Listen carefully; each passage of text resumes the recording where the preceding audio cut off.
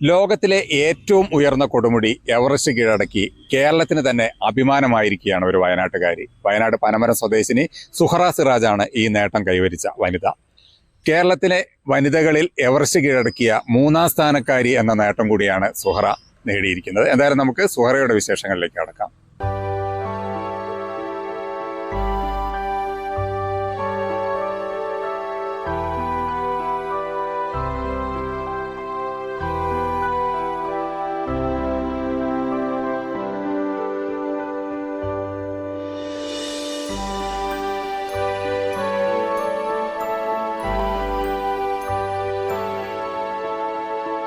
മഞ്ചേരിയുടെ മകൾ ഇനി ലോകത്തിന്റെ നെറുകയിൽ തൊട്ട ധീര വനിത. 1 മാസത്തിലധികം നീണ്ട കഠിനമായ ശ്രമങ്ങൾക്കൊടുവിലാണ് സുഹറ സിറാജ് എവറസ്റ്റ് കൊടുമുടി കീഴടക്കിയത്. ഈ അപൂർവ നേട്ടം കൈവരിക്കുന്ന 3-ാമത്തെ മലയാളി വനിതയാണ് സുഹറ. ജന്മം കൊണ്ട് മഞ്ചേരിക്കാരിയാണെങ്കിലും പർവ്വതങ്ങളോടുള്ള സുഹറയുടെ പ്രണയം തുടങ്ങുന്നത് വയനാടിന്റെ മണ്ണിൽ നിന്നാണ്.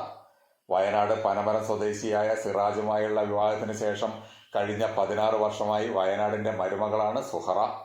ഭർത്താവിന്റെ നാടായ വയനാട്ടിലെ മലനിരകൾ കയറിയായിരുന്നു ഈ 40-കാരിയുടെ തുടക്കം.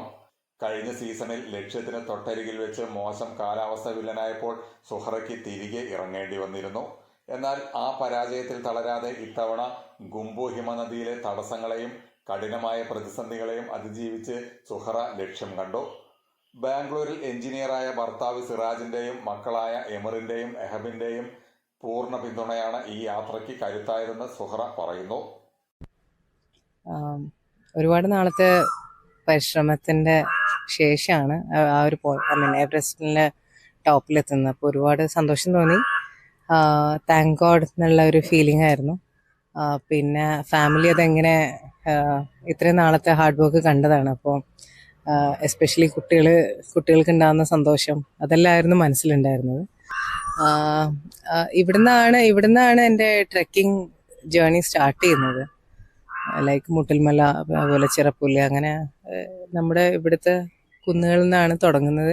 അതിനുശേഷമാണ് പിന്നെ ഹൈ ഓൾട്ടിറ്റ്യൂഡിലേക്ക് മാറുന്നതും പിന്നെ ക്ലൈംബിങ്ങിലോട്ട് സ്വിച്ച് ചെയ്യുന്നതൊക്കെ.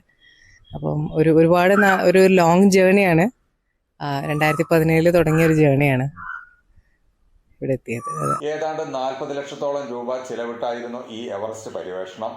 സഫ്രീന ലത്തീഫ്, ശ്രീഷ രവീന്ദ്രൻ എന്നിവർക്ക് ശേഷം എവറസ്റ്റ് കീഴടക്കുന്ന 3-ാമത്തെ മലയാളി എന്ന പെരുമയോടെ വയനാടിന്റെ ഈ പ്രിയ മരുമകൾ ഇപ്പോൾ മലയാളിക്ക് ഒട്ടാകെ അഭിമാനമായി മാറിയിരിക്കുകയാണ്. ജയരാജ് ബത്തേരി, ന്യൂസ് 18 വയനാട്.